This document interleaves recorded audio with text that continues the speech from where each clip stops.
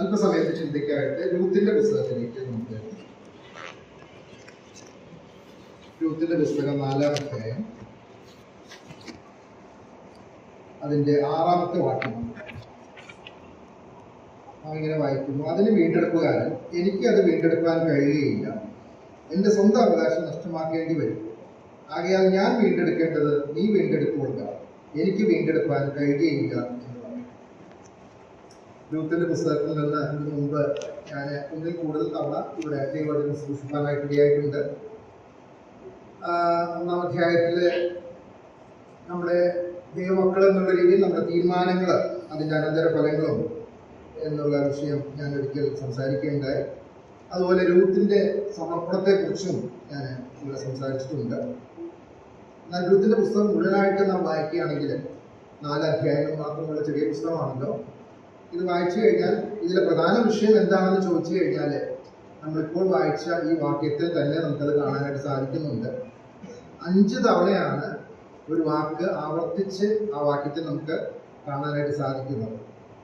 വായിച്ച വാക്യത്തിൽ നമ്മൾ കാണുന്നുണ്ട്, വീണ്ടെടുപ്പുകാരൻ എനിക്ക് വീണ്ടെടുക്കാൻ കഴിയുകയില്ല, ഞാൻ വീണ്ടെടുക്കേണ്ടത് നീ വീണ്ടെടുത്തുകൊള്ളുക, എനിക്ക് വീണ്ടെടുക്കാൻ കഴിയുകയില്ല. വീണ്ടെടുപ്പ് എന്നുള്ള വിഷയമാണ് ഇതിലൊരു പ്രധാന വിഷയമായിട്ട് നമുക്ക് രൂത്തിന്റെ പുസ്തകത്തിൽ കാണുവാനായിട്ട് സാധിക്കുന്നു. ഇന്ന് രാവിലെയും പ്രധാന ആരാധിക്കാനായിട്ട് നാം കൂടി വന്നപ്പോൾ ഈ കാര്യം നാം പല പ്രാവശ്യം സ്തോത്രത്തിലും പ്രാർത്ഥനയിലും ഒക്കെ നാം ഓർക്കുകയുണ്ടായി. നമുക്ക് എല്ലാവർക്കും അറിയാവുന്ന വിഷയമാണ്. എങ്കിലും രൂത്തിന്റെ പുസ്തകത്തിൽ നിന്ന്, ഈ പശ്ചാത്തലത്തിൽ നിന്ന് വീണ്ടെടുപ്പ് എന്നുള്ള വിഷയം അല്പമായിട്ട് ഇന്ന് രാവിലെ നിങ്ങളുമായിട്ട് പങ്കുവയ്ക്കാനായിട്ട് ഞാൻ ആഗ്രഹിക്കുകയാണ്. ദൈവം ഇസ്രായേൽ ജനത്തിന് ന്യായപ്രമാണം നൽകിയപ്പോൾ വീണ്ടെടുപ്പിനെ കുറിച്ച് ലേവ്യ പുസ്തകം 25-ാം അധ്യായത്തിലും ആവർത്തന പുസ്തകം 25-ാം അധ്യായത്തിലും നമുക്ക് കാണുവാനായിട്ട് സാധിക്കുന്നുണ്ട്. ലേവ്യ പുസ്തകം 25-ാം അധ്യായത്തിൽ അവകാശം നഷ്ടമായി പോയാൽ, അല്ലെങ്കിൽ സ്വത്ത് നഷ്ടമായി പോയാൽ ഒരു അടുത്ത ചാർച്ചക്കാരൻ അത് വീണ്ടെടുക്കുവാനായിട്ട് ഉള്ള ആ പ്രമാണങ്ങൾ ദൈവം അവിടെ നൽകിയിരിക്കുന്നതായിട്ട് നമുക്ക് കാണുവാനായിട്ട് സാധിക്കുന്നു. അതുപോലെ ആവർത്തന പുസ്തകം 25-ാം അധ്യായത്തിൽ ഒരു പുരുഷൻ ഒരു ഭാര്യയും അവരുടെ ഭർത്താവ് മക്കളില്ലാതെ മരിച്ചുപോയാൽ ആ അവകാശം നിലനിർത്തേണ്ടതിന് വേണ്ടി ആ ഭാര്യയെ വീണ്ടെടുക്കേണ്ടതിന്റെ പ്രമാണവും ആവർത്തന പുസ്തകം 25-ാം അധ്യായത്തിൽ അങ്ങനെ ആ അവകാശം നഷ്ടമാകാതെ ഇരിക്കാനായിട്ടുള്ള പ്രമാണങ്ങൾ അവിടെ നൽകിയിരിക്കുന്നതായിട്ട് നമുക്ക് കാണുവാനായിട്ട് സാധിക്കുന്നു. വീണ്ടെടുപ്പ് എന്നുള്ള പദം നമ്മൾ സാധാരണ കൂടെ ഉപയോഗിക്കുകയും പറയുകയും ഒക്കെ ചെയ്യുന്നുണ്ടെങ്കിലും അതിന്റെ ശരിയായ അർത്ഥം മനസ്സിലാക്കണമെങ്കിൽ അടിമ ചന്തയുടെ ഒരു പശ്ചാത്തലത്തിൽ വേണം നമ്മളത് മനസ്സിലാക്കുവാനായിട്ട്. സ്ലേവ് മാർക്കറ്റ് ഒരുപക്ഷെ നമ്മൾ ആരും കാണുകയോ അനുഭവിക്കുകയോ ചെയ്തിട്ടില്ലാത്ത ഒരു കാര്യമാണ് ഈ അടിമച്ചന്ത അല്ലെങ്കിൽ സ്ലേവ് മാർക്കറ്റ് എന്നുള്ളത്.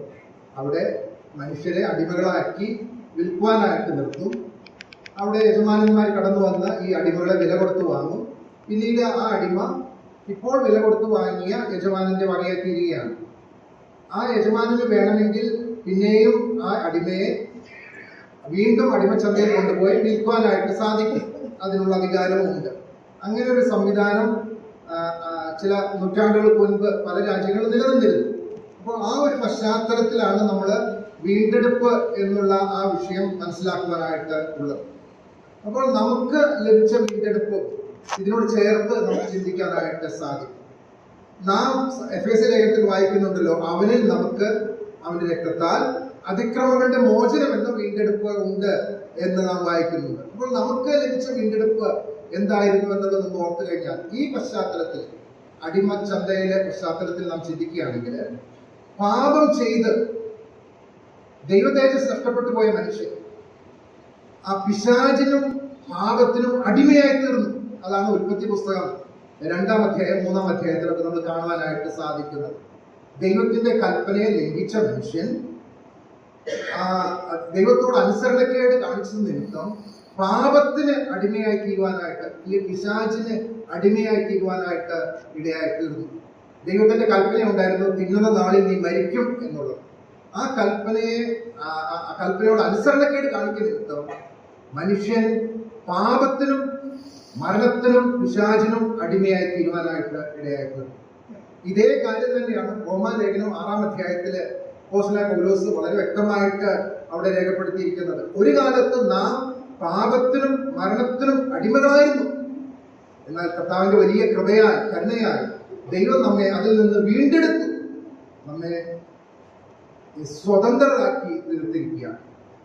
അപ്പോൾ ആ അടിമകളായിരുന്ന നമ്മെ വില കൊടുത്ത് വാങ്ങി വീണ്ടെടുത്തു, നമ്മെ സ്വതന്ത്രരാക്കി വിട്ടിരിക്കുകയാണ്. കഴിഞ്ഞ 15-ാം തീയതി നമ്മളിവിടെ പ്രത്യേക മീറ്റിംഗില് കർത്താവിന്റെ ദാസൻ ജോൺസൺ തോമസും റോമാലേഖനം 8-ാം അധ്യായത്തിൽ നിന്ന് ഈ വിഷയത്തോട് ബന്ധപ്പെട്ട് കാര്യങ്ങൾ നമ്മെ ഓർപ്പിക്കുകയുണ്ടായി.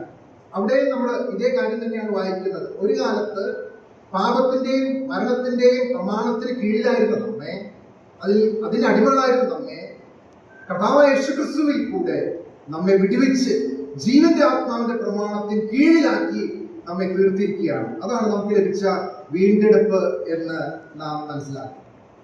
ഇവിടെ രൂത്തിന്റെ പുസ്തകത്തിലേക്ക് നമുക്ക് പെട്ടെന്ന് കടന്നു വരാം. അവിടെ നമുക്ക് 3 പ്രത്യേക കാര്യങ്ങളാണ് ഇന്ന് രാവിലെ ഞാൻ നിങ്ങളെ ഓർപ്പിക്കാനായിട്ട് ആഗ്രഹിക്കുന്നത്. ഒന്ന്, വീണ്ടെടുപ്പ് ആവശ്യമുള്ള ഒരു രൂത്തിനെ നമുക്ക് അവിടെ കാണുവാനായിട്ട് സാധിക്കുന്നു. രൂത്തിന്റെ പൂർവ്വകാലം നമുക്ക് അവിടെ കാണുവാനായിട്ട് സാധിക്കുന്നുണ്ട്.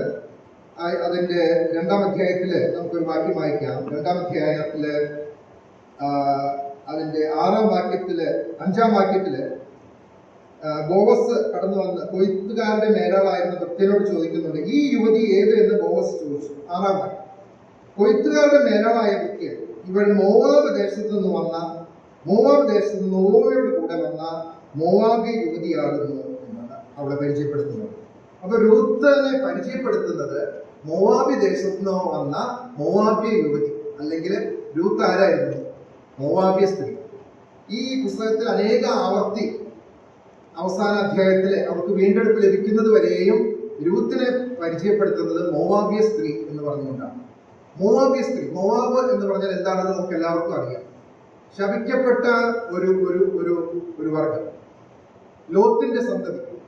അത് എങ്ങനെയാണ് ആ മോവാബ് ജനിച്ചത് എന്നതൊക്കെയും നമുക്കറിയാവുന്ന കാര്യമാണല്ലോ. ഞാനത് ഇപ്പോൾ അങ്ങോട്ട് കടന്നു പോകുന്നത്. അപ്പോൾ ഇസ്രായേൽ പൗരതയോട് സംബന്ധമില്ലാത്ത ഒരവസ്ഥ, 10-ാം തലമുറയ്ക്ക് പോലും ദൈവസന്നിധിയിലേക്ക് കടന്നു വരാൻ കഴിയാത്ത ഒരവസ്ഥ, യാതൊരു പ്രതീക്ഷയ്ക്കും വകയില്ലാത്ത ഒരവസ്ഥ, അതായിരുന്നു ഈ മോവാബിയ സ്ത്രീയുടെ അവസ്ഥ എന്ന് പറയുന്നത്, അല്ലെങ്കിൽ മോവാബിലുള്ളവരുടെ അവസ്ഥ. ഇപ്പോഴത്തെ വർത്തമാന കാലഘട്ടം എങ്ങനെയാണ് രൂത്തിന്റെ ആയിരിക്കുന്നത്? അവളുടെ ഭർത്താവ് മരിച്ചു, അവള് വിധവയായ അമ്മാവിയമ്മയോട് കൂടെ ഈ ബെത്ലഹേമിലേക്ക് കടന്നു വന്നിരിക്കുകയാണ്. അങ്ങനെ മറ്റുള്ളവരുടെ മുമ്പാകെ മോവാബിയ സ്ത്രീ, അല്ലെങ്കിൽ മോവാബ് ദേശത്ത് നിന്ന് വന്നവൾ എന്ന് അവളെ പരിചയപ്പെടുത്തുമ്പോൾ അതിന്റെ ഉള്ളിലുള്ള ആശയം എന്താണ്? ഇവിടുത്തുകാരിയല്ല, ബെത്ലഹേമുമായിട്ട് ഇവൾക്കൊരു ബന്ധവുമില്ല, ഇവള് മോവാബിയ സ്ത്രീയാണ്. ഒരു അന്യദേശക്കാരിയെ പോലെ അവിടെ ആയിരിക്കുന്ന ഒരവസ്ഥയിലാണ് രൂത്ത് ബെത്ലഹേമിൽ ആയിരുന്നത്. അപ്പോൾ അവളുടെ പൂർവ്വകാലം ശപിക്കപ്പെട്ടതാണ്, വർത്തമാനകാലം യാതൊരു പ്രതീക്ഷയ്ക്കും വകയില്ലാത്ത ഒരവസ്ഥയിലാണ് ആയിരിക്കുന്നത്. ഇനി ഭാവി ഓർത്തു കഴിഞ്ഞാലോ, രൂത്തിന്റെ നമ്മള് മോവാബിനെ കുറിച്ച് വായിക്കുന്നത് സംഖ്യാപുസ്തകത്തിൽ ഇങ്ങനെ ഒരു വാക്യം വായിക്കുന്നുണ്ട്. ആ വാക്യം നമുക്കൊന്ന് പെട്ടെന്ന് വായിക്കാം. മോവാബിനെ കുറിച്ച് നമ്മൾ വായിക്കുന്ന സംഖ്യാപുസ്തകം അതിന്റെ 24-ാം അധ്യായത്തിലേക്ക് നമുക്ക് വരാം. 24-ാം അധ്യായം അതിന്റെ 17-ാം വാക്യത്തിന്റെ മധ്യഭാഗത്ത് നാം ഇങ്ങനെ വായിക്കുന്നു, യാക്കോബിൽ നിന്ന് ഒരു നക്ഷത്രം ഉദിക്കും, ഇസ്രായേലിൽ നിന്ന് ഒരു ചെങ്കോൽ ഉയരും, അത് മോവാബിന്റെ പാർശ്വങ്ങളെല്ലാം തകർക്കുകയും തുമലപുത്രന്മാരൊക്കെയും സംഹരിക്കുകയും ചെയ്യും. അപ്പൊ ഭാവി ഓർത്തു കഴിഞ്ഞാൽ നാശത്തിനായിട്ട് നിയമിക്കപ്പെട്ട ഒരു ജനം, അല്ലെങ്കിൽ യാതൊരു പ്രതീക്ഷയുമില്ലാത്ത ഒരു കൂട്ടം, അതാണ് മോവാബിയരുടെ അവസ്ഥ എന്ന് പറയുന്നത്. ഒരു മോവാബിയ സ്ത്രീയായിരുന്നു രൂത്ത്. അവൾക്ക് അവളുടെ ഭൂതകാലവും വർത്തമാനകാലവും ഭാവി കാലവും ഒരുപോലെ അത് ഇരുളടഞ്ഞ ഒരവസ്ഥയിലാണ് എന്നുള്ളത് നമുക്ക് കാണുവാനായിട്ട് സാധിക്കും.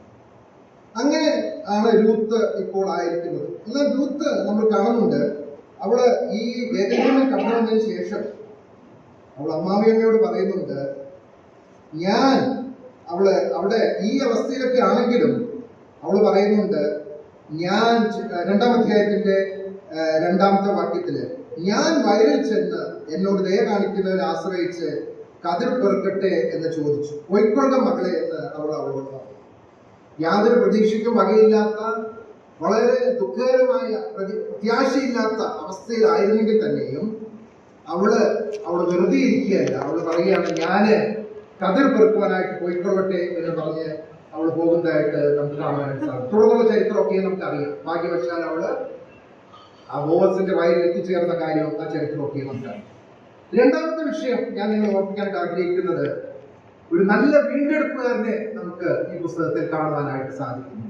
അത് മറ്റാരുമല്ല, നവോമിയുടെ ചാർച്ചക്കാരനായിരുന്ന അവിടെ ആ ചാർച്ചക്കാരനെ കുറിച്ച് പരിചയപ്പെടുത്തുന്നത് രണ്ടാം അധ്യായത്തിന്റെ 1-ാം വാക്യം നമുക്ക് വായിക്കും. നവോമിക്ക് തന്റെ ഭർത്താവായ എലിമേലെക്കിന്റെ കുടുംബത്തിൽ മഹാധനവാനായ ഒരു ചാർച്ചക്കാരൻ ഉണ്ടായിരുന്നു. അപ്പോൾ ഈ വീണ്ടെടുപ്പുകാരന്റെ ചില പ്രത്യേകതകൾ ഇന്ന് രാവിലെ ഈ പുസ്തകത്തിൽ നിന്ന് നിങ്ങൾ ഓർപ്പിക്കാനായിട്ട് ആഗ്രഹിക്കുകയാണ്. ഒന്നാമത്തെ കാര്യം ഈ വാക്യത്തിൽ നമുക്ക് കാണാനായിട്ട് സാധിക്കുക എന്താണ്? വീണ്ടെടുപ്പുകാരൻ ആരായിരിക്കണം? ചാർച്ചക്കാരനായിരിക്കണം. മറ്റാർക്കും വീണ്ടെടുക്കാനായിട്ട് സാധിക്കുകയില്ല. ചാർച്ചക്കാരന് മാത്രമേ വീണ്ടെടുക്കാനായിട്ട് സാധിക്കുകയുള്ളൂ. നമ്മുടെ വീണ്ടെടുപ്പിനെ കുറിച്ച് നമുക്ക് ഓർക്കാനായിട്ട് സാധിക്കുമോ? നമുക്കും രൂത്തിനെ പോലെ തന്നെ നമ്മുടെ അവസ്ഥ അല്ലെ? ഇപ്പൊ പൂർവ്വകാലവും നമുക്ക് യാതൊരു പ്രതീക്ഷയും ദൈവത്തോട് അകന്ന് ജീവിച്ചവരായിരുന്നു. എഫേസ്യ ലേഖനത്തിൽ തന്നെ നാം വായിക്കുന്ന പോലെ ലോകത്തിൽ ദൈവമില്ലാത്തവരായിരുന്നു. ആ അവസ്ഥയിൽ കിടന്നിരുന്ന നമ്മെ വീണ്ടെടുക്കുവാനായിട്ട് ദൈവപുത്രൻ എന്ത് ചെയ്തു? നമ്മുടെ ചാർച്ചക്കാരനായി തീരുവാനായിട്ട് അവൻ എന്താ ചെയ്തത്? നമുക്കറിയാവുന്ന വാക്യമാണെങ്കിൽ നമുക്ക് പെട്ടെന്നൊന്ന് വായിക്കാം. ഗലാത്യ ലേഖനം 4-ാം അധ്യായം അതിന്റെ 4-ാമത്തെ വാക്യം നമുക്ക് വായിക്കാം. അവൻ എങ്ങനെ നമ്മുടെ ചാർച്ചക്കാരനായി തീർന്നു എന്ന് അവിടെ നമുക്ക് കാണുവാനായിട്ട് സാധിക്കുന്നു. ഗലാത്യ ലേഖനം 4-ാം അധ്യായം അതിന്റെ 4-ാമത്തെ വാക്യം.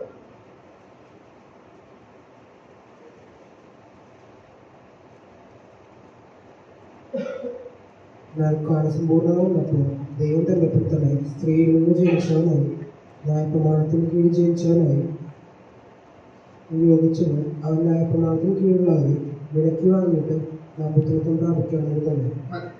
അവിടെ കാലസമ്പൂർണ്ണത വന്നപ്പോൾ എന്ന് കാണുന്നുണ്ട്. കാലസമ്പൂർണ്ണത വന്നപ്പോൾ ദൈവം തന്റെ പുത്രനെ സ്ത്രീയിൽ നിന്ന് ജനിച്ചവനായി.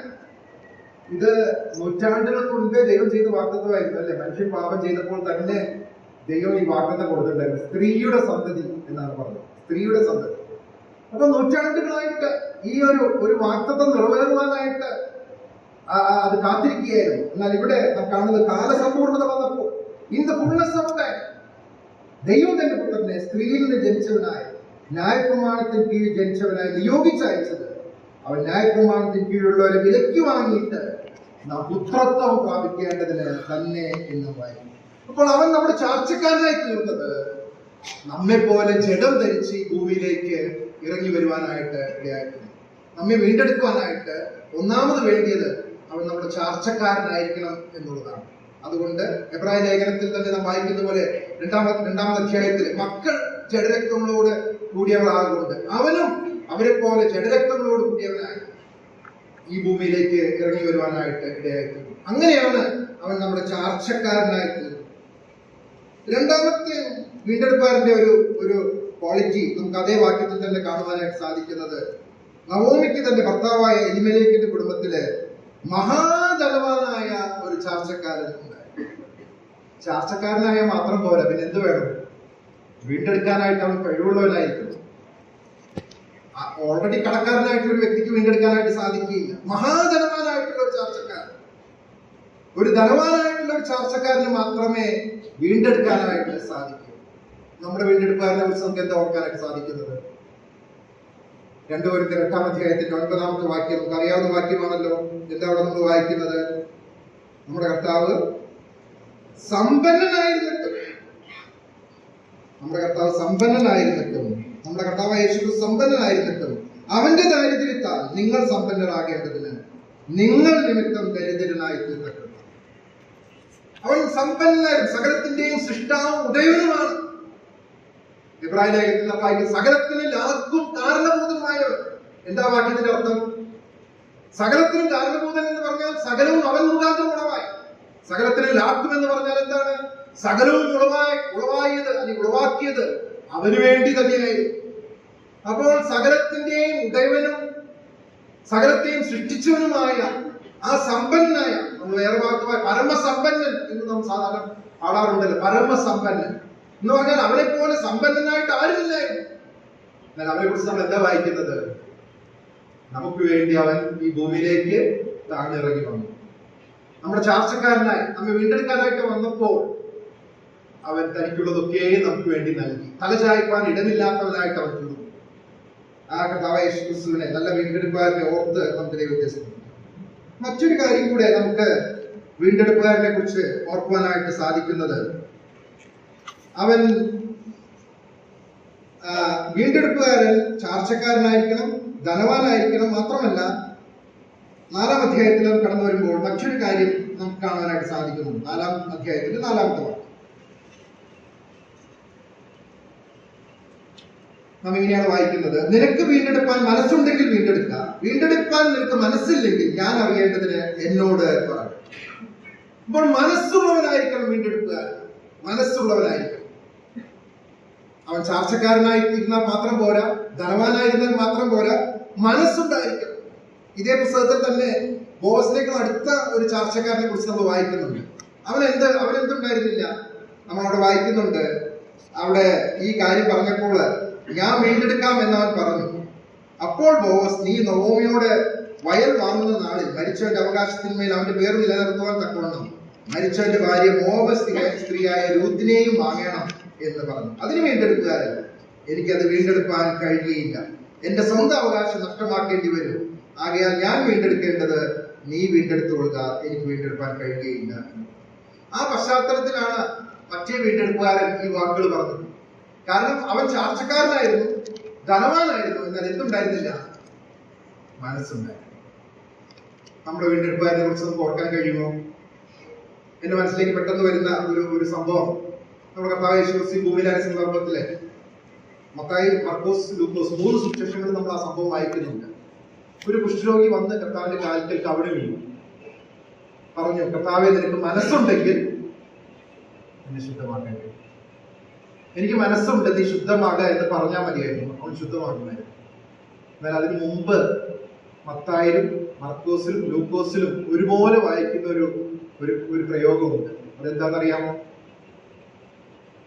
ലൂക്കോസ് സുവിശേഷത്തിലേക്ക് പെട്ടെന്നൊന്നും വരാം.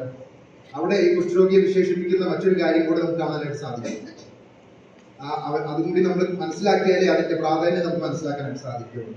ലൂക്കോസ് സുവിശേഷം 5-ാം അധ്യായത്തിലേക്ക് നോക്കാം. അതിന്റെ 12-ാമത്തെ വാക്യം. ലൂക്കോസ് സുവിശേഷം 5-ാം അധ്യായം 12-ാം വാക്യം. അവനൊരു പട്ടണത്തിൽ ഇരിക്കുമ്പോൾ കുഷ്ഠം നിറഞ്ഞൊരു മനുഷ്യൻ യേശുവിനെ കണ്ട് കവിണ് വീണു. കർത്താവേ, നിനക്ക് മനസ്സുണ്ടെങ്കിൽ എന്നെ ശുദ്ധമാക്കാൻ കഴിയും എന്ന് അവനോട് അപേക്ഷിച്ചു.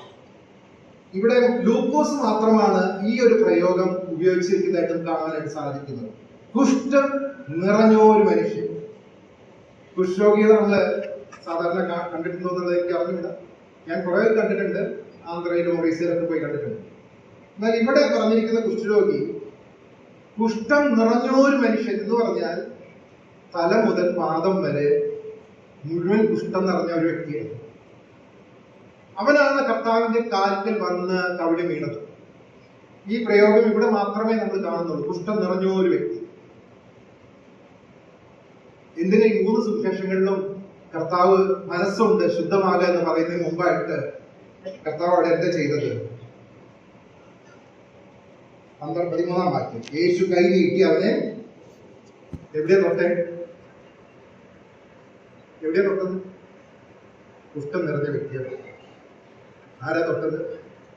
മനസ്സോടെ. എനിക്ക് മനസ്സുണ്ട്. അവനെ ആരും നിർബന്ധിച്ചതല്ല. ഈ പ്രപഞ്ചം സൃഷ്ടിക്കാനായിട്ട് കർത്താവിന് തന്റെ വാക്കുകൾ മതിയായിരുന്നു. ഉണ്ടാകട്ടെ എന്നാണ് പറഞ്ഞത്. എന്നാൽ നമ്മെ വീണ്ടെടുക്കുവാനായിട്ട് അവൻ മനസ്സോടെ ഇറങ്ങി വന്നപ്പോൾ ക്രൂശ് അവനെ ആരും നിർബന്ധിച്ചതല്ല. ക്രൂശിൽ നിന്ന് ഇറങ്ങി വരാൻ കർത്താവിന് അനേക സന്ദർഭങ്ങളുണ്ടായിരുന്നു. നീ ദൈവപുത്രനെങ്കിൽ, നീ രാജാവെങ്കിൽ, നീ മറ്റുള്ളവരെ രക്ഷിച്ചു, തന്നെത്താൻ രക്ഷിപ്പാൻ വയ്ക്കുക, പരിഹസിക്കുകയാണ്, നിന്ദിക്കുകയാണ്, നീ ഇപ്പോൾ ക്രൂശിൽ നിന്ന് ഇറങ്ങി വാ. എന്നാൽ അതൊക്കെയും സഹിച്ച്, മനസ്സോടെ അതൊക്കെയും സഹിച്ച കർത്താവായ യേശു ക്രിസ്തു. എനിക്ക് വേണ്ടി, നമുക്ക് വേണ്ടി, നമ്മെ വീണ്ടെടുക്കുവാനായിട്ട്. നമ്മൾ സാധാരണ സങ്കീർത്തനങ്ങൾ 49 സങ്കീർത്തനത്തിലെ ആ വാക്യം കൂടെ കൂടെ ആരാധനയ്ക്ക് ഓർക്കുന്നതാണല്ലോ. സഹോദരൻ ശവക്കുഴി കാണാതെ എന്നേക്കും ജീവിച്ചിരിക്കേണ്ടതിന് അവനെ വീണ്ടെടുപ്പാനോ ദൈവത്തിന് വീണ്ടെടുപ്പില കൊടുക്കാനോ ആർക്കും ഒരു നാളും കഴിയില്ല. കാരണം എന്താ? അവരുടെ പ്രാണന്റെ വീണ്ടെടുപ്പ് വിലയേറിയത്. അതൊരു നാളും സാധിക്കുകയില്ല. ഗബ്രിയേലിന് നമ്മെ വീണ്ടെടുക്കാൻ സാധിക്കുകയില്ല. സ്വർഗത്തിലൊരു ദൂതന് നമ്മെ വീണ്ടെടുക്കാൻ സാധിക്കില്ല. കാരണം എന്താ? ചാർച്ചക്കാരനായിരിക്കണം, ധനവാനായിരിക്കണം, മനസ്സുണ്ടായിരിക്കണം. ഞാൻ ഈ കാര്യം ധ്യാനിച്ചുകൊണ്ടിരുന്നപ്പോഴാണ് മനോഹരമായ ഒരു ഗാനം, ഒരുപക്ഷെ പഴയ പാട്ടുണ്ടായിരിക്കും, അവർക്ക് അറിയുമെങ്കിൽ മോശവത്സരം എന്ന് പറയുന്ന ദൈവത്തിന്റെ ദാസന്റെ ഒരു പാട്ടാണ്, യൂട്യൂബിൽ ലഭ്യമാണ്. മനസ്സോടെ ശാപ മരത്തിൽ തൂങ്ങിയ മനുവേലെ എന്ന് പറഞ്ഞ ഒരു മനോഹരമായ ഒരു ഗാനം. മനസ്സോടെ, വളരെ തിയോളജിക്കലി വളരെ കറക്റ്റ് ആണെന്ന് എനിക്ക് തോന്നി. മനസ്സോടെ ശാപമരത്തിൽ തൂങ്ങിയ മനുവേലെ ദേവജാത എന്ന് പറഞ്ഞുകൊണ്ട് ദൈവത്തിന്റെ ആ മനസ്സോടെ, പൂർണ്ണ മനസ്സോടെ, ഇതാ നിന്റെ ഇഷ്ടം ചെയ്യാനായിട്ട് ഞാൻ വരുന്നു എന്ന് പറഞ്ഞുകൊണ്ട് മനസ്സോടെ നമുക്ക് വേണ്ടി ഭൂമിയിലേക്ക് താണിറങ്ങി വന്ന ദൈവപുത്രനായ യേശു, നമ്മുടെ നല്ല വീണ്ടെടുപ്പുകാരൻ. ബോസിൽ നമുക്ക് ആ നല്ല വീണ്ടെടുപ്പുകാരനെയാണ് നമുക്ക് കാണുവാനായിട്ട് സാധിക്കുന്നത്. സ്വന്തം അവകാശം നഷ്ടമാക്കേണ്ടി വരുമെന്ന് പറഞ്ഞ് മറ്റു വീണ്ടെടുപ്പുകാരൻ ഒഴിഞ്ഞു. എന്നാൽ തനിക്കുള്ളതൊക്കെ നമുക്ക് വേണ്ടി നൽകി. നമ്മെ വീണ്ടെടുത്തത് ഓർക്കും. പ്രാർത്ഥന എന്നും സൗരന്മാരെ അത് ഓർത്തു. നമ്മെ വീണ്ടെടുത്തത് പൊന്ന് വെള്ളി മുതലായി അഴിഞ്ഞു പോകുന്ന വസ്തുക്കളെ കൊണ്ടല്ല, ക്രിസ്തു എന്ന നിർദോഷവും നിഷ്കളങ്കവുമായ കുഞ്ഞാടിന്റെ വിലയേറിയ രക്തമാണ്. വീണ്ടെടുപ്പിന്റെ മനോഹരമായ ചിത്രം ഇസ്രായേലിന്റെ ചരിത്രത്തിൽ നമ്മൾ കാണുന്നുണ്ടല്ലോ. ആ മിസ്രൈമിലെ അടിമത്തത്തിൽ നിന്ന് ദൈവം അവരെ വീണ്ടെടുത്തു. മോശയെ അയച്ച് ദൈവം അവരെ വീണ്ടെടുത്തു. വീണ്ടെടുത്തത് മോശയായിരുന്നില്ല, മോശയാണ് അവരെ നയിച്ചതെങ്കിലും വീണ്ടെടുത്തത് എന്തായിരുന്നു? ആ പെസഹ കുഞ്ഞാടിന്റെ രക്തത്താലാണ് അവര് വീണ്ടെടുക്കപ്പെട്ടത്. ആ പെസഹ കുഞ്ഞാടിന്റെ രക്തം, അതാണ് അവരെ വീണ്ടെടുത്തത്. അതുകൊണ്ടാണ് അവര് ആ ചെങ്കടൽ കടന്ന് ഇപ്പുറം കടന്നപ്പോൾ അവർ ദൈവത്തെ പാടി സ്തുതിക്കുകയാണ്. തങ്ങളെ വീണ്ടെടുത്ത ആ ദൈവത്തെ അവർ പാടി സ്തുതിക്കുന്നതായിട്ട് നമുക്ക് കാണാനായിട്ട് സാധിക്കുന്നു. രൂത്തിന്റെ പുസ്തകത്തിലും വീണ്ടെടുപ്പിന്റെ മനോഹരമായ ഒരു ചിത്രം നമുക്ക് കാണുവാനായിട്ട് സാധിക്കും. മോവാബ്യ സ്ത്രീ, ആ കാലാവർത്തവൻ വന്നവർ, ആ യാതൊരു പ്രതീക്ഷയ്ക്കും വകയില്ലാത്തവർ, ശപിക്കപ്പെട്ട ആ ഒരു വർഗം, ഇസ്രായേൽ പൗരതയോട് സംബന്ധമില്ലാത്തവർ, യാതൊരു പ്രതീക്ഷയ്ക്കും വകയില്ലാത്തവർ, ഭാവി ഇരുളടഞ്ഞവർ. എന്നാൽ ഇന്ന് അവർ വീണ്ടെടുക്കപ്പെട്ടപ്പോൾ, അതാണ് നമ്മൾ ഒടുവിലായിട്ട് ചിന്തിക്കാനായിട്ട് പോകുന്ന വിഷയം, വീണ്ടെടുപ്പിന്റെ അനുഗ്രഹങ്ങൾ നമുക്ക് അവിടെ കാണുവാനായിട്ട് സാധിക്കുന്നു. നാം രണ്ട് കാര്യം ചിന്തിക്കുകയുണ്ടായി. ഒന്ന്, വീണ്ടെടുപ്പ് ആവശ്യമുള്ള ഒരു രൂത്തിനെ കുറിച്ച് നമ്മൾ ഓർക്കും, നമ്മുടെ അവസ്ഥയോട് സമാനമായ ഒരവസ്ഥ.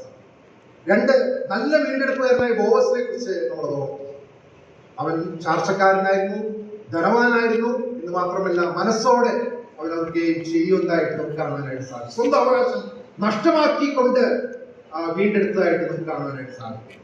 വീണ്ടെടുപ്പിലൂടെ രൂത്തിന് ലഭിച്ച അനുഗ്രഹങ്ങൾ കൂടെ വളരെ പെട്ടെന്ന് പറഞ്ഞ് ഞാൻ അവസാനിപ്പിക്കാനായിട്ട് ആഗ്രഹിക്കുന്നു. 4-ാം അധ്യായത്തിലേക്ക് കടന്നു വരാം. 4-ാം അധ്യായത്തില് അവിടെ പിന്നെ അവള് മോവാബ്യ സ്ത്രീയല്ല. 15-ാം വാക്യം നമ്മൾ ഇങ്ങനെയാണ് വായിക്കുന്നത്, 4-ന്റെ 11. അതിന് പട്ടണവാതിൽ ഇരുന്ന സകല ജനവും മൂപ്പന്മാരും പറഞ്ഞത്, ഞങ്ങൾ സാക്ഷികൾ തന്നെ. നിന്റെ വീട്ടിൽ വന്നിരിക്കുന്ന സ്ത്രീയെ യഹോവ റാഹേലിനെ പോലെയും ലേയെ പോലെയും ആക്കട്ടെ. അവർ ഇരുവരുമല്ലോ ഇസ്രായേൽ ഗൃഹം പണിതത്. മോവാബ്യ സ്ത്രീ ആരായി തീർന്നു?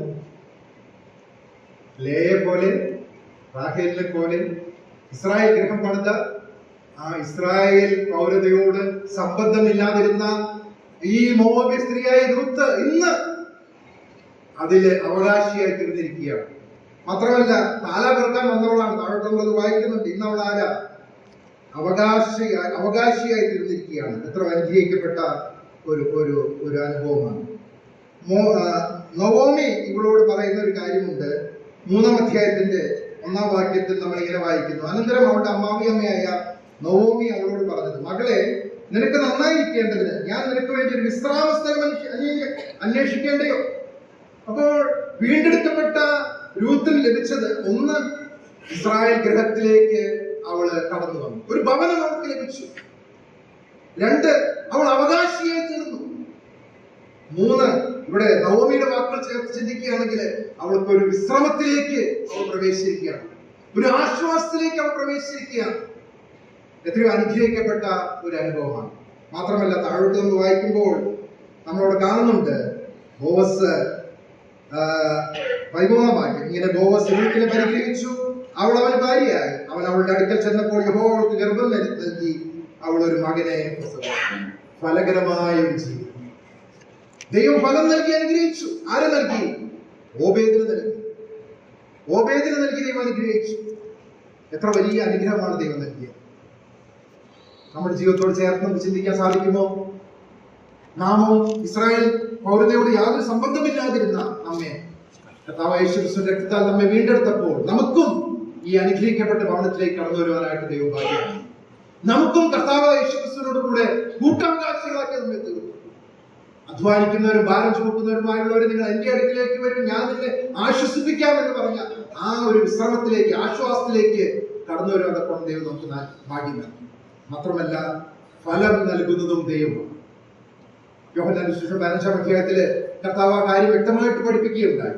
എന്നെ കൂടാതെ നിങ്ങൾക്ക് ഒന്നും ചെയ്യാനായിട്ട്, മുന്തിരിവള്ളി ആ കൊമ്പിന് മുന്തിരിവള്ളി വസിച്ചിട്ടല്ലാതെ ഫലം കായ്പാനായിട്ട് ആ മുന്തിരിവള്ളിയോട് ചേരുമ്പോൾ ഫലകരമായ ജീവിതം ജീവിപ്പാനായിട്ട് നമുക്കും ഇടയായിട്ട് ദൈവം രൂത്തിനെ അനുഗ്രഹിച്ചു. അവൾക്ക് ഓബേദിനെ നൽകി. ഓബേദിന്റെ ആ വംശം നമുക്കറിയാം. ഇശായി ദാവീദ് പുത്രനാണ് കർത്താവ് യേശുക്രിസ്തു. അപ്പോൾ ആ ഒരു വലിയ അനുഗ്രഹത്തിലേക്ക് കടന്നു വരാൻ തക്കോണം ഈ മോവാബ്യ സ്ത്രീക്ക് ഭാഗ്യം നൽകി. അവൾ കർത്താവ് യേശുക്രിസ്തുവിന്റെ വംശാവലിയിൽ അവളുടെ പേര് ഉൾപ്പെടുവാനായിട്ട് ഇടയായിട്ടുണ്ട്. എത്ര വലിയ ഒരു അനുഗ്രഹമാണ്. ഇന്ന് രാവിലെ ദൈവസന്നിധിയിൽ നാം ഒരുമിച്ച് കൂടി വന്ന് നമ്മുടെ കർത്താവിനെ നാം ആരാധിച്ചു. നമ്മെ വീണ്ടെടുക്കുവാനായിട്ട് കർത്താവ് ഏറ്റവും വലിയ വിലയാണ് നൽകിയത്. നമ്മുടെ വീണ്ടെടുപ്പിന് മതിയായ ഏറ്റവും വലിയ വില നാം വായിക്കുന്ന പോലെ ആർക്കും ഒരു നാളും കൊടുക്കാൻ കഴിയാത്ത വില നാം സ്തോത്രത്തില് പ്രിയ സഹോദരൻ ഓർക്കുകയുണ്ടായി. കർത്താവ് യേശുക്രിസ്തുവിന്റെ ആ നിർദോഷവും നിഷ്കളങ്കമായ കുഞ്ഞാടിന്റെ വലിയൊരു രക്തമാണ് നമുക്ക് വേണ്ടി മറുപടിയായി നൽകിയത്. എത്ര വലിയ വില! ആ വിലയുടെ അവകാശികളാണ് നാം ഓരോരുത്തരും. ഇന്ന് രാവിലെ ആ രക്തത്താൽ വീണ്ടെടുക്കപ്പെട്ട ദൈവമക്കളായി നാം കർത്താവിനെ സേവിക്കുന്നവരായി ഈ ഭൂമിയിലായിരിക്കുമ്പോൾ നമ്മുടെ ജീവിതത്തെ നമുക്കൊന്ന് പരിശോധിക്കാം. പാപത്തിനും മരണത്തിനും അടിമകളായി നാം ജീവിച്ചിരുന്ന ഒരു കാലം. എന്നാൽ കർത്താവ് യേശുക്രിസ്തു ഇന്ന് നാം സ്വതന്ത്രരായി തീർന്നിരിക്കുകയാണ്, വീണ്ടെടുക്കപ്പെട്ടവരായി തീർന്നിരിക്കുകയാണ്, നിത്യജീവനെ നാം അവകാശികളായി തീർന്നിരിക്കുകയാണ്. സ്വർഗത്തിലെ സകല ആത്മീയ അനുഗ്രഹത്താലും ദൈവം നമ്മെ അനുഗ്രഹിച്ചിരിക്കുകയാണ്. പ്രിയമുള്ളവർ, ഇതിനേക്കാൾ വലിയൊരു ഭാഗ്യം നമുക്ക് ലഭിക്കാനായിട്ടുണ്ടോ? ദൈവത്തിന്റെ വൻ കൃപ. ദൈവത്തിന്റെ പുസ്തകം വായിക്കുന്ന ഒരു ഭാഗ്യവശാൽ ദൈവത്തിന്റെ വൻ കൃപയാണ് നമുക്ക് ലഭിച്ച ഈ വലിയ അനുഗ്രഹങ്ങളെ ഓർക്കുന്നത് ദൈവത്തെ സ്തുതിക്കാം. നമുക്ക് ലഭിച്ച വീണ്ടെടുപ്പിനെ ഓർക്കുന്നത് ദൈവത്തെ സ്തുതിക്കാം. പാപം ഇനി നിങ്ങളുടെ മേൽ കർത്തൃത്വം നടത്തുകയില്ലല്ലോ. നിങ്ങൾ പാപത്തിനല്ല കൃപയ്ക്കത്ര അധീനരാകുകയാണ്. ഒരു കാലത്ത് പാപത്തിന് അടിമകൾ, എന്നാൽ ഇന്ന് കൃപയ്ക്ക് അധീനരായി തീർന്നിരിക്കുകയാണ്. എത്ര വലിയൊരു ഭാഗ്യം! നമുക്ക് ലഭിച്ച വീണ്ടെടുപ്പിനെ ഓർത്ത് ദൈവത്തെ സ്തുതിക്കാം, സ്തോത്രം ചെയ്യാം. ഈ വീണ്ടെടുപ്പിന്റെ അനുഗ്രഹം അനുഭവിക്കുന്നവരായി കർത്താവിന് വേണ്ടി ജീവിക്കാൻ തക്കവണ്ണം വരും ദിവസങ്ങൾ ദൈവം നമ്മെ സഹായിക്കട്ടെ. കർത്താവിന്റെ വലിയ നാമം ഇന്നും എന്നേക്കും വാഴ്ത്തും.